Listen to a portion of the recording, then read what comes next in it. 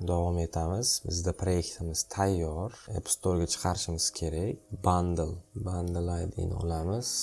App Store Connect degan portal bor. O'sha yerga kirishimiz kerak.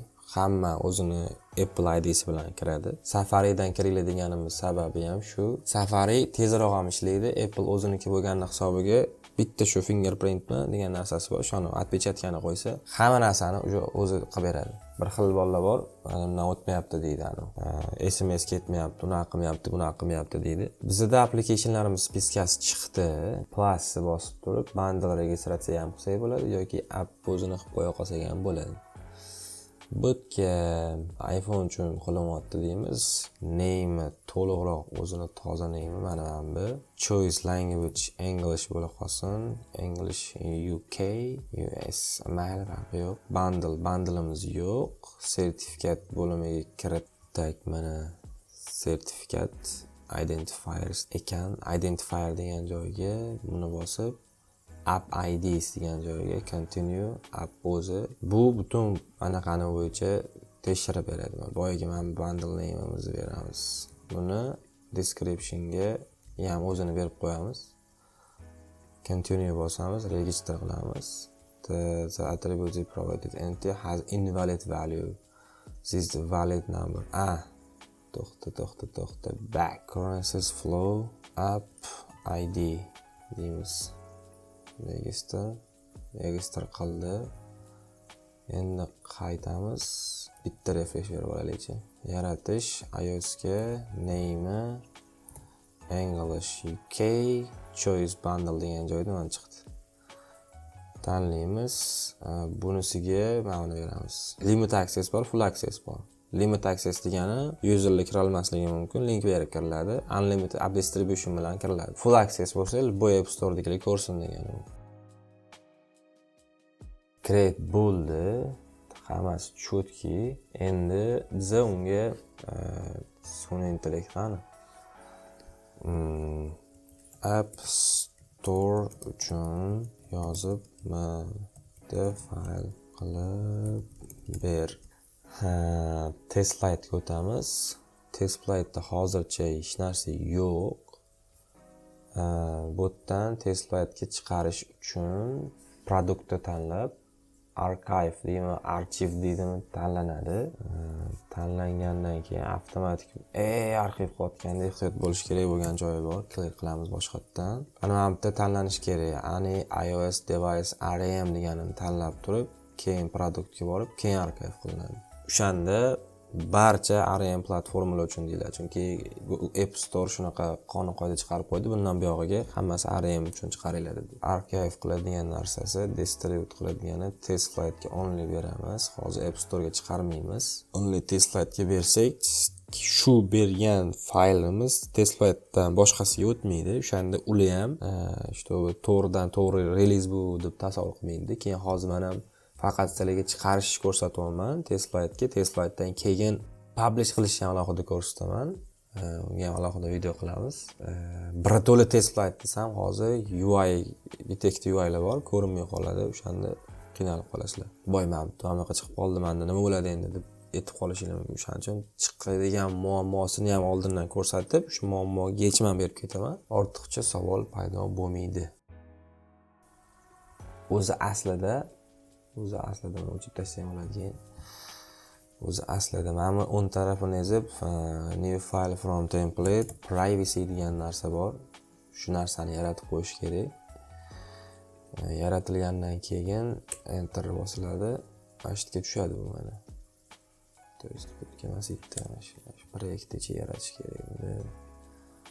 Tak, new template, privacy. Mana tushdi. Keyin tushganidan keyin infoga o'tib turib, app example encrypt degani bor. O'shanga no berib qo'yish kerak. Bu ham tushdi. Utils, foundation, domain, DI, data joyda.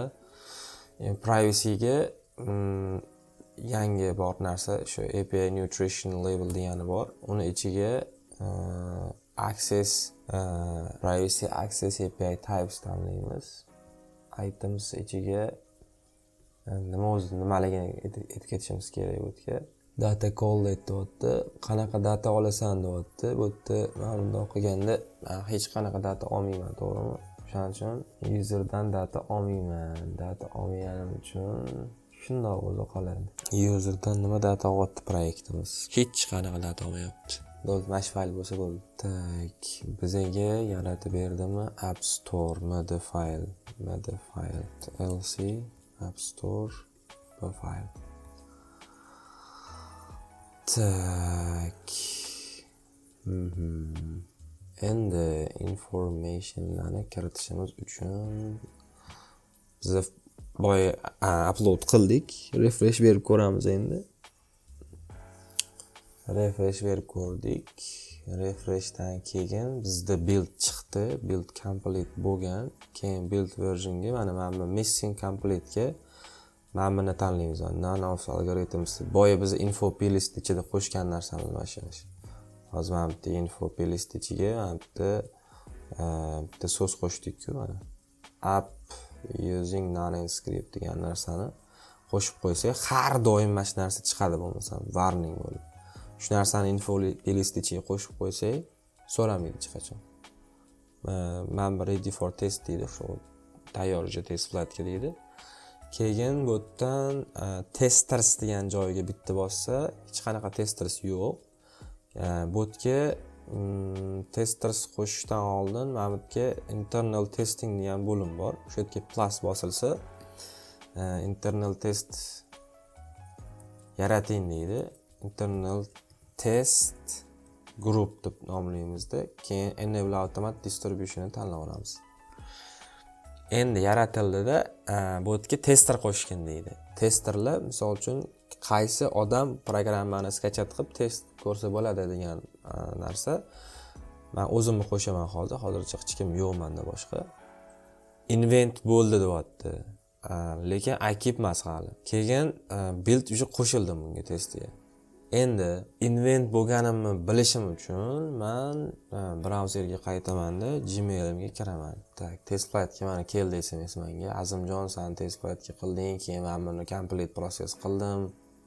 Hozir chiqargan proyekting proses ishlari tugadi, komplekt bo'ldi deyapti. Keyin mana proyektni test flightga qo'shilganligi haqida ogohlantiryapti deyapti. View on test flight deydigan bo'lsa, menga hamma page ochiladi mana. Endi bu yerdan TF degan program shu mana shu test flight ochiladi. Mana bu copy qilib olinadi. Bu yerda aytyapti, qadam-qadam App Store'dan test flightni qidir, tortganingdan keyin open qil, sen registratsiyadan o'tganingdan keyin redeem invent from settings ichidan qaraysan deyapti. Keyin enter mana bu so'zni kiritsang, уже sen test flightga qo'shilasan deyapti. Tak, bizda test flight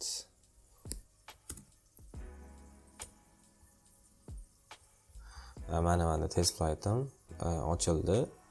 Bu ichida bir qancha applicationlarim bor. Ana settingsdan o'tasan deyapti. Randomni tanlaysan deyapti. Mana bu aytgan random invents from settingsdan olasan deyapti. From settingsdan randomni tanlaysan, enter kodni kiritasan, randomni bossang, bu уже mana senga tushdi test flightga deyapti. Install qilish uchun mana bu ishlab ketadi hozir narsalar. Keyin to'g'ridan to'g'ri necha megabaytda, qancha kunda tugashi, versiyasi, balobatlari, kimligi, qanaqa qilishligi ko'rsatilgan. Open qilsa bo'ladi, send feedback qilsa bo'ladi. Mana shu kirdi. Yo'q hali, tanlasa mana kelyapti. Mana datalar settingsga o'tyapti mana. Bu endi iPad designed bo'lgan hisobiga Mac'da ham ochyapti mana. Bemalol ochyapti. Kattalashtirsam, kichkinlashtirsam muammosi yo'q. Go-to'ni bossam hammasi cho'tki logikada ishlayapti. Tak, send feedback beradigan bo'lsam, yaxshi bo'ldi. Screenshotlarini tashlab, bunisi qilsa bo'ladi. Muammo yo'q unda. Endi bu ketdimi? Mana bu yerga qaytamiz. Test flight senda qabul qilindi degan message bo'lish kerak. Ana unda invent turibdi. Refresh beramiz. Refreshdan keyin bizaga test flightga qabul qilinding mana deb keladi. Mana distribution degan joyi uje endi test flightdan o'tamiz, hammasidan o'tamizda. Mana bu yerga yetib kelganda build deganni bo'lsa, test flightdan o'tgan build qo'shib bo'lmaydi mana. Klik yo'q. Only test flight degan joyi, internal test degan joyi mana shu yerda xatolik bo'ladi. Mana shu yerda faqat testiga buildlarni qo'shish mumkin. Chunki nimaga? Endi versiyalar ko'p bo'ladi mana bu yerda, chalkashib ketish mumkin kelajakda. Shu bilmasdan boshqasini tanlab olish mumkin. Testiga versiyasini tanlab olish mumkin. O'shaning uchun test bilan protni alohida ajratib turish uchun ko'rsatib buildlarni, lekin test bo'lgani uchun belgilab bo'lmaydi. Endi mana bizaga mana bergan hamma ma'lumotlarni to'ldiramiz. App Store uchun information, app name ga mana buni beramiz. Tak, app name qo'ydik. App information degan joyda app name bor. Tak, subtitle ga mana buni olib qo'yamiz. Tak, primary da finance tanlaymiz. Secondary ga business tanlaymiz. U ko'payib ketibdi. Tak, real time currency converter deb turib nom qo'yamiz. Tak, age ratingga xo'p, bu bizda hech qanaqa uchinchi tomon narsalarga shaxs tarqatmaymiz, fohishalikka da'vogar qilmaymiz, medical contentli yo'q, hayotga taalluqli bo'lgan narsalar yo'q, seksualni aniqlik yo'q, mana operatingini hujum qiladigan, urushga da'vat qiladigan narsalar yo'q. Hammasini o'zimiz bilamiz nimaligini. Bu bolalar katta yoshlilar uchun bo'lsa yo'q degan yoki kids uchun yo overheight degan hech narsa tanlamaymiz. 4 yoshlilar uchun proyektimiz chiqadi. 4 yoshlilardan boshlab bu yog'iga skachat qilsa bo'ladi. Operating qo'ydik. 173 ta davlatda available bo'ldi. Koreya Public of Respublican, xo'p. EncaScript shart emas bizga, notificationlik kerak emas. Bo'ldi, endi bu yerdan save qilamiz. Bo'ldi, app reviewga o'tamiz. Bu yerda hech narsa yo'q. Historyga o'tamiz. Bu yerda hech narsa yo'q. Prepare for submissionga o'tamiz. Bu yerda to'ldirishimiz kerak bo'lgan narsa promotional text. Kategoriyasi ratingi 4+ bo'lyapti menda. App description ga full description mana bu bo'lyapti. Tak, description ga mana ketdi. Full description ga mana qo'yamiz. Mana. Tak, full description. Menimcha mashina o'zi aslida full description biz adashtirib qo'ydik. Apple mana bunaqa narsalarni qabul qilmaydi. O'shaning uchun birato'la olib tashlaymiz. O'zi aytish kerak edi. Apple qonun qoidasiga moslab yozib ber desh kerak edi. Biz sal shoshildik, kech bo'lib ketgan hisobiga. Odam charchadi ham, uje esdan chiqib qoldi odam narsalarni aytish. Maksimalni harakat qilyapman tushuntirishga. Ketdi bu ham, save ko'ramiz, xatolik bermadi. Tak, short description kerak emas ekan. Keywords o'tib ketib qoldi. Demak, mana bunisini mamtga qo'yamiz, promotionga qo'yib qo'yamiz. Promotion textga keywords ga o'tdik. Tak, keywords mana qo'yamiz. Tak, support URL ga men o'zimni LinkedInimni qo'yib yuboraman. Sababi marketing URL kerak emas, versiya copyright optional kerak emas ekan. App clip build bu bor. Application signing bilan kiradimi? Yo'q, hech qanaqa kirmaydi signing payning. First name Azamjon, last name Abdurasulov. Phone tak 9989 949 email azamxxm@gmail.com kiraman. Save, xatolisi bo'lsa o'zi aytadi. Agarda mana bu yerda simvol qo'ymoqchi bo'lsam, misol uchun deylik, mana bu yerda bergan simvolimni olamiz. Nimaga o'chirib chiqdingiz desanglar, mana save qilsam, shaqillatib xatolik tashlaydi mana. Toza til bo'lmayapti deydi. O'chirman buni deydi. Keyin o'chiraman. Tak, image berishim kerak. Bo'tga 6,5 display iPhone 11larda bor. O'shaning uchun proyektni iPhone 11da run qilaman. To'g'ridan-to'g'ri screenshot tashiyman shu yerga. iPhone 11 ochaman, run qilaman. Buni qo'yamiz.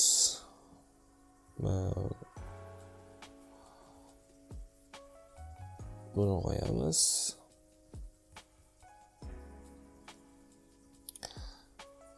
Tak, settings qo'yamiz. O'zi boshqa page ham yo'q o'zi.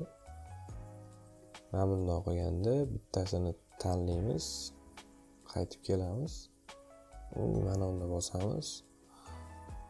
Maqsadini aytamiz proyektni. Bundoq qilib manage qilsa bo'ladi. Keyin dark mode ham o'ramiz. Proyekt dark mode ham bor degandek.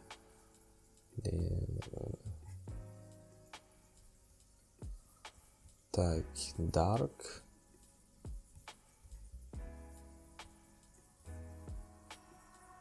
Kimlidir dark mode ham yoqadi. Kimlarga light mode yoqadi.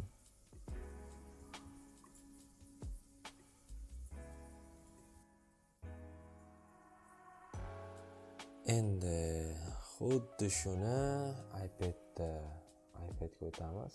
Screenshot. Shundan kategoriyasiga o'tib, bittasini tanlab yana o'tamiz. Tagiga o'tamiz.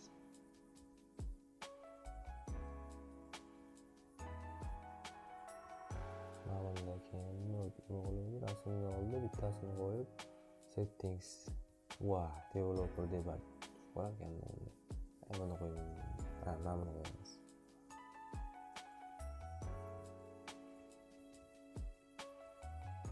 Developer dark.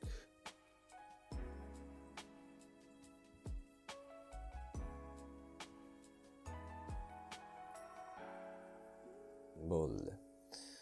Bular ham ketdi. Endi clear qilamizda buni. Versiyani ko'tarish esdan chiqib qolmasin. Обязательно binary error beradi bo'lmasam. Ikkinchi build beryapman deysizlar, birinchi versiyaga ikkinchi build bo'ladi o'shanda. Boya birinchi buildni berganmiz, endi ikkinchi buildni beramiz. Sababi App Store'dagi versiyalar bir-biriga konflikt bermasligi kerak. Bu uje production release bo'ldi. Test tanlamadimda App Store Connect'dan bir to'la publish qilish tanladim. Ham test flightga tushadi, ham publish qilish bo'lib ketadi. Bir yana vaqt bo'lib qolganda boshqa bir darslik qilib ko'rsataman. Olasizlar shu proyektni kommentariyasiga yozib yuboringlar. Git bilan birga CI/CD integratsiyasini qanaqa qilishni o'rgating deb yozsanglar, kimgadir qiziq bo'lsa, buni ham ko'rsatib beraman. Juda ham oddiy narsa bu. Xo'p, testga ketdi. 1.0 build App Store o'zidan test flightga o'tamiz. Endi mana 1.0 versiya ikkinchi build tushdi, process ketyapti. Process dam bo'lgandan keyin mana bu versiyani pastiga o'tamiz. Pastiga o'tganidan keyin biz uni internal testga ham kirib turib, buildni bosib turib, mana bu qo'shsak bo'ladi. Yoki ular tekshirishligi uchun yoki sizlar link berib tekshirmoqchi bo'lsanglar, misol uchun bu internal test degani sizlar qachonki mana akkaunt qo'shasizlar testerlarni, qo'shganingizdan keyin shu akkauntdagilar test qilish imkoniyati bor deb turib berasizlar. External test degan narsa bu public link orqali beriladi. Mana external testga bunaqa yaratsak bo'ladi. External testing group deymiz. Group create external testingda sizlar build qo'shasizlar. External build, internal build bo'lmaydi. Internal testga ichkariniki. External testga publishga beriladigan anaqasi bo'ladi, build bo'ladi. Bunga qo'shamiz, appga beta bunisi ma'lumotlarni kiritamiz. Tak, bo'tga applicationni tak mana shuni yozib qo'yamiz. signing kerak emas bu programmaga, shunchaki bersanglar bo'ladi. Next testerligi nima qilamiz deyapti. Mana bunda olamizda submit. Bu Apple degilar bu narsani ko'radi. Apple degilar tekshirishadi. Haqiqatan bu testga bersa bo'ladimi, tuzli narsa beryaptimi? Waiting for review turibdi. Buni Apple dasturchilari ko'rib chiqadi. O'sha testlash jarayonini. Okey bo'lsa, mana bunaqa beradi. Hamma narsaga aniq bo'ladi. Keyin men buni tester qo'shmasdan bemalol mana public link orqali mana create open anyone filterga tester unlimited degan narsa bilan open anyone conform qilsam, mana shu link orqali kirib testerlar qo'shiladi. Endi distributionga o'tamiz. Bizda screenshotlarimiz bor, ma'lumotlarimiz to'ldirilgan. Qayerdadir privacy joyi bor edi. App availability degan joyda price scheduling degan joyini qo'yamiz. Price schedulingda choice price 0, United States dollardan 0, hammasidan 0. Available bu dunyo bo'yicha nechtadir davlatga chiqish bo'yicha anaqasi. App availability degan narsa bu all countries degani 175 ta davlatga chiqarasan proyektni deyapti. Conform qilasanmi deyapti. Conform qilaman dedim. Tak, availability app release'dan keyin deyapti, ko'rib chiqiladi deyapti. Tak, app categories, category App Store software bo'ladi deyapti. Purchase, subscription. Endi app informationga o'tamizda ko'rib chiqamiz. Build distributionga o'tamiz endi yana. Build plus qilamiz. Ikkita build bor. Bittasi gray holatda tanlab bo'lmaydi, ikkinchisi tanlasa bo'ladi. Bu boya aytgan narsam bu. Select qildik, app icon tushdi, save qilamiz. Add for review ni bitta bosamiz. O'zi yana bitta tekshiradi. Xato joyimiz bor bo'lsa, bizga xatoing bor deb error tashlab beradi. Mana bunaqa. Endi items will app information ichida nima qolib ketdi? App content needing does your content show access third party library? No. Third party library yo'q. Product server, anchor script, save. Yana unga o'tamiz, yana review beramiz. Endi boshqacha error tashlash kerak bu. Privacy page qo'ymagansan deyapti. This must be entries privacy copywriting bilan mana zo'r yo'lni o'rgataman men. Bunda olamiz. Bizdagi warp qani? Warp ochamiz. Tak, warpda currency flow cloud. I can use add the copywriting information. Menga tak buni qilamiz. Endi qilamizda App Store file ichiga kerakli yozib ber deyman. Endi veb-saytga o'tamanda GitHub ochaman.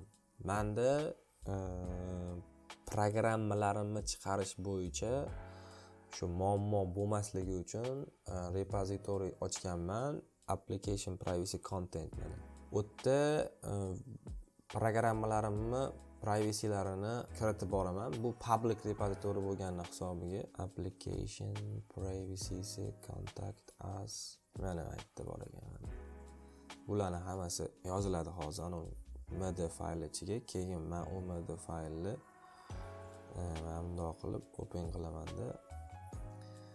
Tak release mana privacy page ga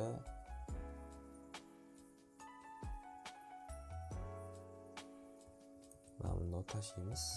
File name bizda nima edi? Anaqamiz nomi, programmamiz nomi currency flow.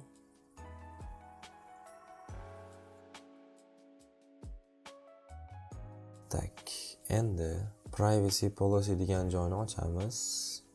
Get started deb bosamiz. You have to part libraries. No, set up privacy page degan joyi bor. Choices ham should. Buni ham qilamiz. Publish qilib publish qilamiz buni ham. Bo'ldi, chiqib ketdi. Yana o'tamizda nima deyotgandi boya app infoni ichidan developer notes yozmabman-ku men.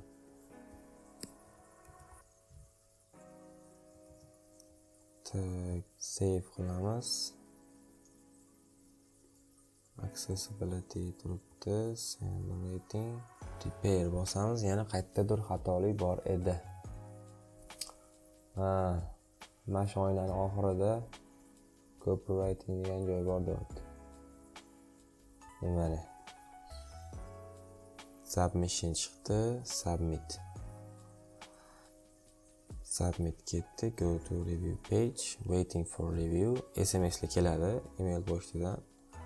Status ko'rmoqchi bo'lsa, ana waiting for review da turibdi. Keyin o'zgartirib bo'lmaydi buni. Faqat remove this version degan narsa bor. Hamma narsani berib yubordi, shu bo'ldi. Proyekt qilib, test ro'yxatga chiqarib, yana proyektni build qilib, App Store ga chiqarib, App Store dan o'sha ertadan agar javob kelib qolsa, uni ham alohida video qilaman. Mana publish bo'ldi deb agar reject kelgan bo'lsa yoki reject emas, qanaqadir information deb 2-1 guideline bo'yicha information so'rashgan bo'lsa, berib yuboramiz. Kelajakda keyin yana misol uchun balki yaxshiroq redesign qilib, yana applicationni yangi update versiyasini chiqarishni ko'rsatib beraman. Xo'p, videoni shutgacha tomosha qilgan bo'lsanglar, qoyil, sabrli, qoyilman. Metnda irodanglar bor ekan, gap yo'q.